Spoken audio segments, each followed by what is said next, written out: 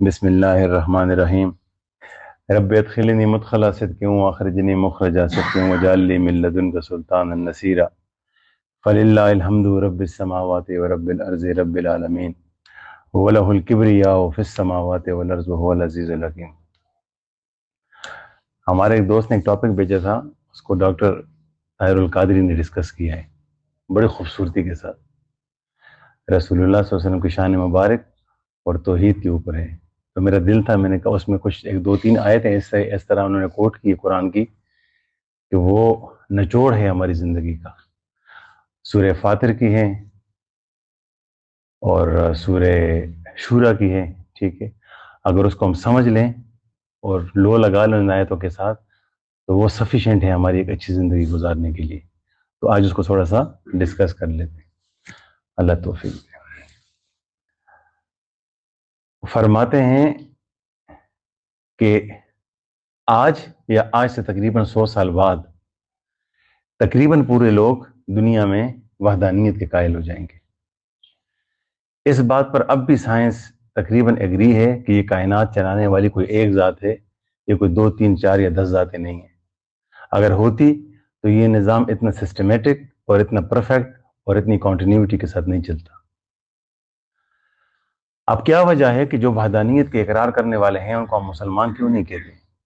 حالانکہ وہ ایک خدا کا تصور ان کے ذہن میں موجود ہے، لیکن اس کے چاہے وہ یہودی ہیں، نصرانی ہیں، ایون ہندو ہیں، بھگوان ان کا بھی ایک ہی ہے۔ باقی چھوٹے موٹے ان کے مددگار ہیں، لیکن بھگوان وہ ایک کو ہی سمجھتے ہیں۔ یہودی بھی ایک اللہ کے ماننے والے ہیں، عیسائی بھی ایک اللہ کے ماننے والے ہیں۔ ٹھیک ہے، وہ عزیر علیہ السلام کو اور عیسیٰ علیہ السلام کو بیٹا کہتے ہیں، لیکن اللہ کا بیٹا کہتے ہیں، اللہ نہیں کہتے، ٹھیک ہے۔ یا اگر اللہ کہتے ہیں تو اللہ سے نیچے درجے پہ رکھتے ہیں۔ تو پھر کیا وجہ ہے کہ ہم ان کو مسلمان نہیں کہتے؟ صرف ایک وجہ ہے کہ وہ رسالت محمد صلی اللہ علیہ وآلہ وسلم پر کامل ایمان نہیں رکھتے۔ تو توحید کو ماننے کے لیے اللہ کے رسول کی ذات کو اور ان کی صفات کو اور ان کی رسالت کو ماننا ضروری ہے۔ اس کا مطلب انہوں نے یہ بتایا ہے کہ اس کا یہ ہے کہ یہ ہمارے لیے رستہ ہے۔ اب وہ بیان اس کو اس طرح کرتے ہیں کہ جب عرب کے مشرکین کے پاس رسول اللہ صلی اللہ علیہ وسلم کو اللہ کی طرف سے حکم ہوا تو وہ صفا کی پہاڑی کے اوپر چڑھے اور انہوں نے کہا کہ اے لوگوں اکٹھے ہو جاؤ۔ اس میں ابو لہب بھی تھا، سارے قریش مکہ کے سردار تھے، وہ اکٹھے ہوئے تو کہا کہ میں اللہ کا رسول ہوں اور آخری نبی بن کے بھیجا ہوں، اور یہ جو تم لوگوں نے مکہ کے ارد گرد 360 بت لگائے ہوئے ہیں یہ کچھ نہیں کر سکتے۔ ایک اللہ وحدہ لا شریک ہے، ایک توحید کے قائل ہو جاؤ، توحید کے ماننے والے ہو جاؤ۔ یہ بت تمہارے کوئی مددگار نہیں ہے، تمہارا مددگار صرف ایک اللہ تعالی ہے۔ انہوں نے کہا اے محمد صلی اللہ علیہ وآلہ وسلم، دیکھو تمہاری بات میں وزن تب ہوتا، آپ کی بات میں وزن تب ہوتا کہ یہ بت ہمارے سامنے ہیں، ہم ان کو دیکھتے ہیں، ہم ان کو چھو سکتے ہیں، ان کو محسوس کر سکتے ہیں، ان کو دیکھ سکتے ہیں۔ آپ جس خدا کا تصور پیش کر رہے ہیں نہ ہم اس کو دیکھ سکتے ہیں، نہ چھو سکتے ہیں، نہ بات کر سکتے ہیں، نہ اس کو سن سکتے ہیں، نہ اس کو محسوس کر سکتے ہیں، اور بقول آپ کہتے ہیں کہ وہ سمجھ بھی نہیں آتا، کہ جو سمجھ میں آ گیا وہ پھر خدا کیوں کر ہوا؟ کہ ہم نے تو اللہ کو اس کی نشانیوں سے غور و فکر کے ذریعے پہچاننا ہے۔ اللہ خود تو سمجھ نہیں آتا۔ اللہ لفظ کا تو مطلب یہی ہے، عقل کو حیرت میں ڈال دینے والا۔ لفظ اللہ جو ہے اس کا لفظی معنی ہے عقل کو حیرت میں ڈال دینے والا۔ تو جو اللہ عقل سے مسخر ہو گیا، تسخیر ہو گیا، وہ کس بات کا اللہ؟ کیونکہ وہ تو عاجز ہو گیا، وہ تو مغلوب ہو گیا عقل کے ذریعے۔ تو عقل کے ذریعے جو چیز مغلوب ہو جائے وہ خالق نہیں ہو سکتی، وہ معبود و مسجود نہیں ہو سکتا۔ ہم نے تو اللہ کو سمجھنا ہے، جاننا ہے، اس کی شناخت حاصل کرنی ہے ان نشانیوں کے ذریعے جو اللہ نے ہمیں دی ہیں۔ ان نشانیوں پہ غور و فکر کر کے ہم اللہ تک پہنچیں گے۔ تو اللہ کے رسول صلی اللہ علیہ وآلہ وسلم نے اللہ سے فرمایا کہ یا اللہ، بندے تو بنیاد مانگتے ہیں، آپ کے ہونے کی دلیل مانگتے ہیں۔ تو اللہ تعالیٰ اگر چاہتا تو صفا کے پہاڑ کو بولنے کی طاقت دے دیتا، چاہتا تو ہواؤں کو گویائی کی طاقت دے دیتا، چاہتا تو درختوں کو، پتھروں کو، بلکہ وہ 360 بتوں کو بولنے کی طاقت دے دیتا۔ وہ کہتے کہ ہم خدا نہیں ہیں، خدا وہ اللہ ہے وحدہ لا شریک۔ لیکن اللہ نے معجزہ نہیں دکھایا۔ اللہ نے کہا اے میرے محبوب، ان سے یہ کہو کہ میں 40 سال تم لوگوں میں پیدا ہوا بڑا ہوا، ان 40 سال میں کوئی کجی، کوئی نقص یا کوئی نقص کا کوئی شائبہ بھی بتا دو کہ میری ذات میں ہے؟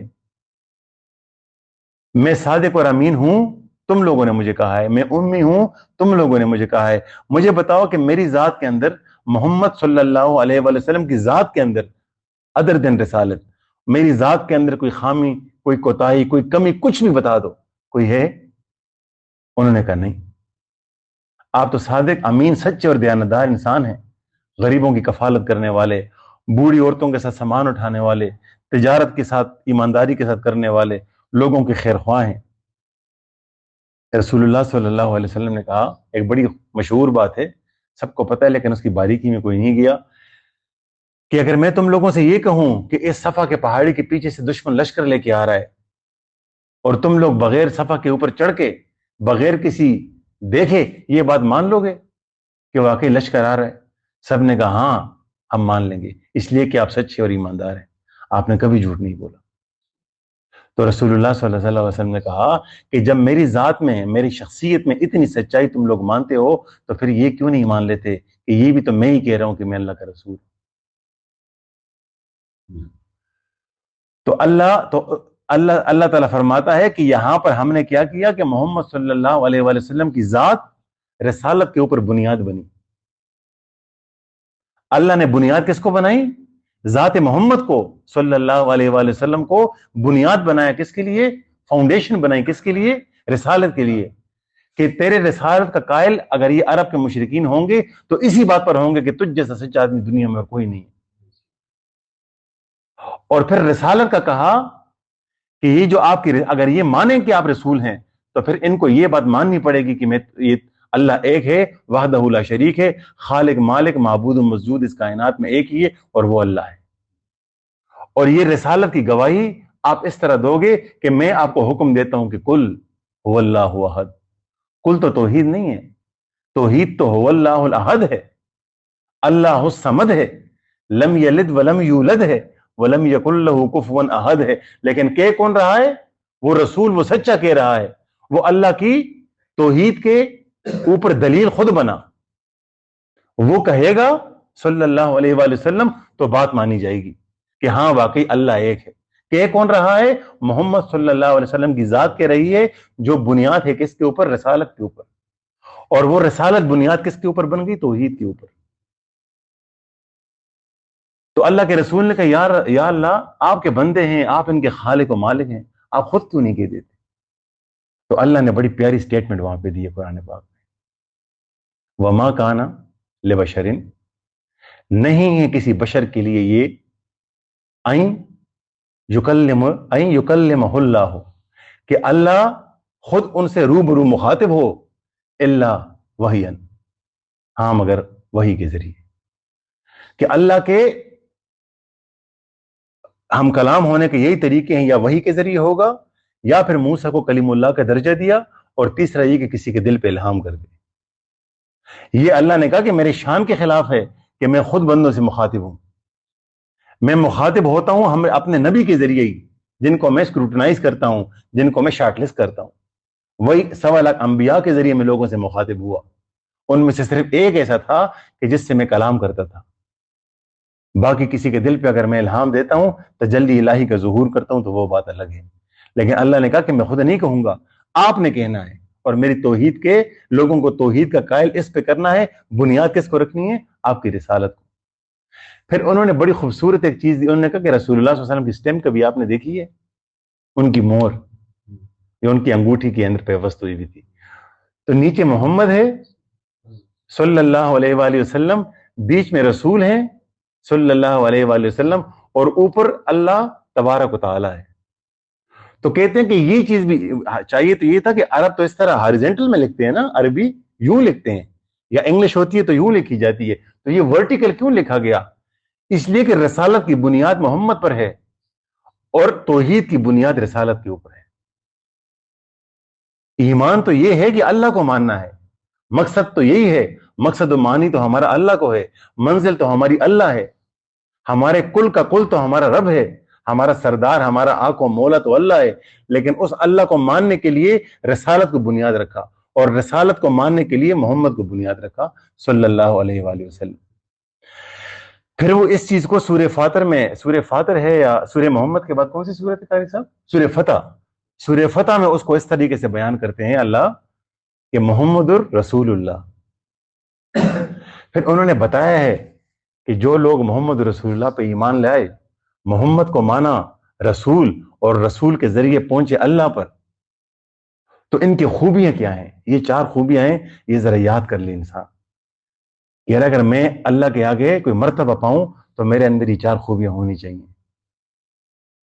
محمد رسول اللہ، محمد اللہ کے رسول ہیں صلی اللہ علیہ وآلہ وسلم. والذین معہ، جو بھی ان کے ساتھ ہوگا، جو ان کا ہم نوالا ہم پیالہ ہوگا، جو ان کا ہم سفر ہوگا، جو ان کا یار غار ہوگا، تو وہ کون ہوں گے؟ اشد آؤ علی الکفار. جب کفر کی بات آئے گی، ایمان پر ضرب پڑے گی، ایمان ڈھما ڈول ہوگا، تو وہ اپنی عزت و انا کو برباد کر کے چھوڑ دیں گے، اپنے دین کے اوپر آنچ نہیں آنے دیں گے.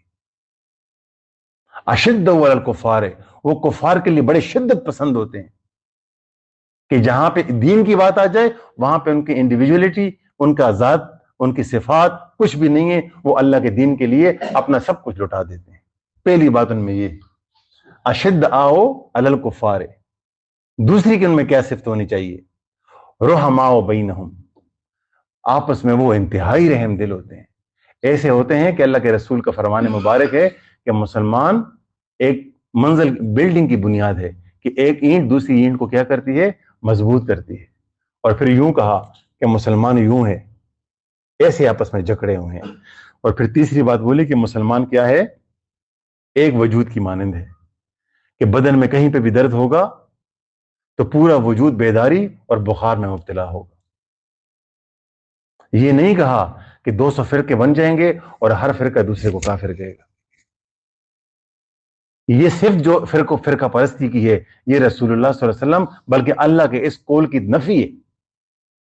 کون سے قول کی؟ رحماء بینہم، کہ آپس میں انتہائی رحم دلی کے ساتھ، خندہ پیشانی کے ساتھ پیش آتے ہیں. تیسری کیا صفت ہوتی ہے ان کی؟ تراہم، جب بھی تم ان کو دیکھو گے، رکعان سجدا یبتغون، جب بھی تم ان کو دیکھو گے تمہیں وہ رکوع یا سجدے کی حالت میں ملیں گے. یبتغون فضل اللہ ورضوانہ. اور یہ اس دن والی بات، کل والی سر نے جو تھوڑا سا ہمیں ٹوک دیا تھا اور بڑی اچھی جگہ پوائنٹ آؤٹ کی چیز، وہ ہم آپ اس کو ڈسکس کرتے ہیں کہ وہ جب بھی تم ان کو دیکھو گے تو تم ان کو پاؤ گے رکوع میں یا سجدے میں، اور وہ متلاشی ہوتے ہیں. یبتغون فضل اللہ ورضوانہ، وہ متلاشی ہوتے ہیں، کھوج میں رہتے ہیں، تجسس میں رہتے ہیں. کس چیز کے؟ کہ ہم کسی طریقے سے اللہ کا فضل حاصل کر لیں، اللہ کے فضل میں سے ہمیں کوئی حصہ مل جائے. ورضوانہ، اور اس سے بڑھ کر کیا ہے؟ اللہ کی رضا. اب ہم یہ دیکھتے ہیں، پیچھے ہم نے اس سورہ بقرہ میں پڑھا 3-4 دن پہلے کہ ہم مسافر ہیں اس دنیا میں. ہم ایسے ہی جیسے ایک گاڑی میں بیٹھے اگلے سٹاپ پہ ہم نے اترنا ہے. اس سے زیادہ حقیقت اس دنیا کی اور کوئی نہیں. ٹھیک ہے، ہم مسافر ہیں تو مسافر جب رستے میں چلتا ہے اپنی سواری اچھی رکھتا ہے، اپنے ساتھ گھر سے کوئی کھانے پینے کی چیز رکھتا ہے. اس سواری اور اس کھانے پینے کی چیز کو اردو میں کہتے ہیں زاد راہ. کیا کہتے ہیں؟ زاد راہ. تو اللہ تعالیٰ قرآن میں کہتا ہے کہ سب سے بڑی زاد راہ کیا ہے؟ تقویٰ. تقویٰ کسے کہتے ہیں؟ پرہیزگاری کو. پرہیزگاری کے بارے میں ہم نے یہ کہا، پرہیزگاری یہ ہے کہ دنیا میں اپنی تمنائیں کم سے کم رکھو. طویل تمنائیں، لمبی آرزوؤں کو ترک کر دو، اس لیے کہ تم نے رضا پر جانا ہے، اور رضا پر جانے کے لیے بنیاد ایمان بنتی ہے. ایمان کی حقیقت کیا ہے؟ توکل کی حفاظت ہے. ایمان کی حقیقت کیا ہے؟ ہم پڑھ چکے ہیں، یہ توکل کی حفاظت ہے. اور توکل کی معراج کیا ہے؟ رضا ہے. تو جب تم زاد راہ کم سے کم رکھو گے، طویل تمنائیں نہیں کرو گے، لمبی آرزویں نہیں پالو گے، تو کیا ہوگا کہ اللہ تجھے جو بھی دے گا عنایت پروردگار کے اوپر تم راضی ہوگے. اور تم اللہ کے جس فعل کے اوپر جس وقت بھی جس حال پہ راضی ہو اللہ اس حال پہ تجھ سے راضی. تو جب تمہیں رضا مل گئی تو رضا سے بڑی اور کوئی چیز نہیں. اور یہ اللہ قرآن پاک میں کہہ رہا ہے کہ رضا سے بڑی اور کوئی بھی چیز نہیں ہے. کہاں پہ کہہ رہا ہے؟ سورہ شورہ میں شاید، اللہ معاف کرے. وعد اللہ المومنین والمومنات، اللہ نے وعدہ کیا مومنین اور مومنات سے، جنات تجری من تحتها الانہار خالدین فیہا، کہ تم لوگوں کو میں وہ باغات دوں گا جس کے نیچے نہریں بہتی ہیں. ومساکن طیبۃ، اور صرف وہ باغات نہیں دوں گا، اس کے اندر پاکیزہ گھر بھی دوں گا. فی جنات عدن، اس ہمیشہ رہنے والے باغات جو ہیں اس کے اندر تم لوگوں کو پاکیزہ گھر بھی دوں گا. اب اللہ نے انورٹڈ کامز ڈال دیے قرآن پاک میں اور بیچ میں کر دیا ورضوان من اللہ اکبر، کہ اس کی تو میں اللہ کہتے کوئی حیثیت ہی نہیں ہے، یہ تو تجھ سے وعدہ کیا تجھے دے دیا. آگے اللہ نے کاماز کے اندر لکھا ہے، ایک طرف فتوے ہے دوسری طرف فتوے ہے. ورضوان من اللہ اکبر، ہاں اگر اللہ کی رضا ڈھونڈتے ہو تو وہ پھر بہت بڑی بات ہے. ذالک هو الفوز العظیم، اور پھر یہیں پہ نہیں اکبر بھی کہا اور پھر کہا ذالک هو الفوز العظیم، کہ یہ بہت بڑی کامیابی ہے. اگر کسی نے جنت کو تو ٹھوکر مار دو، جنت کو تو چھوڑ دو، اللہ کی رضا کے لیے اگر کوئی بندہ تگ و دو کرے، اگر اللہ کی رضا حاصل کر دی. ہم دنیا کے فی دنیا حسنتن کو صرف یہ سمجھتے ہیں ہمارے پاس کثرت اسباب ہوں، ہمارے پاس بلینز آف روپیز ہوں. ہم نے یہی دن دیکھا کہ بلینئر رات کو 6 گولیاں کھا کے سوتا ہے. ہم نے یہ نہیں دیکھا کہ بلینئر کو آدھی روٹی بھی نصیب نہیں ہوتی.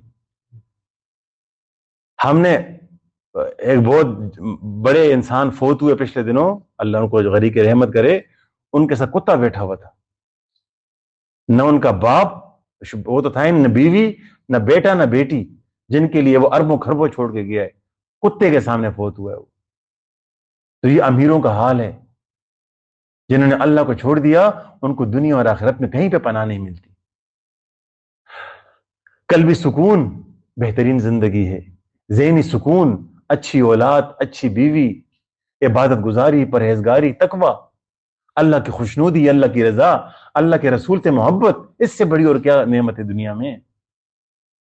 ہم کیوں نعمت صرف اس کو کہہ رہے ہیں کہ ہمارے سارے جیب بھرے ہوئے ہوں، چاہے وہ مال چوری کا ہو، ڈکیتی کا ہو، کسی بھی چیز کا ہو، اس کی ہمیں پرواہ نہیں ہوتی. تو محمد صلی اللہ علیہ وآلہ وسلم کے جو ہم سفر ہوں گے، جو ان کے ساتھ ہوں گے، ان کی 4 خوبیاں بیان کی ہیں طاہر القادری صاحب نے، جو قرآن کو انہوں نے سورہ فتح کی. وہ کیا ہیں میں دوبارہ بتا دیتا ہوں. ایک یہ کہ جب دین پر بات آئے گی تو وہ پھر اپنی ذات کو، اپنے گھر کو، اپنے بار کو نہیں دیکھیں گے. اور انہوں نے اس بات کو اس طرح بھی ایکسپلین کیا. میں نے ایک دفعہ کینیڈا کی ان کے پروگرام دیکھا، ان کی بیوی، ایک بیوی ہے یا 2 بیویاں اللہ جانتا ہوگا، 2 عورتیں وہ اور ایک عورت ان کی بیٹے کی بیوی یعنی ان کی بہو. وہ پارک میں آئے ہیں اور ساتھ میں ان کا پوتا بھی ان کے ساتھ کھیل رہے ہیں، فٹ بال کھیل رہے ہیں. ٹھیک ہے، آپ یقین کریں ان خواتین نے وہ پردہ کیا ہوا تھا کہ میں نے کبھی مطلب پاکستان میں بھی اس لیول کا پردہ نہیں دیکھا. ان کے چپل بھی نظر نہیں آ رہے تھے، اور وہ پارک میں اپنے شوہر کے ساتھ، اپنے باپ کے ساتھ، سسر کے ساتھ بیٹھے اپنی گپ بھی لگا رہے تھے.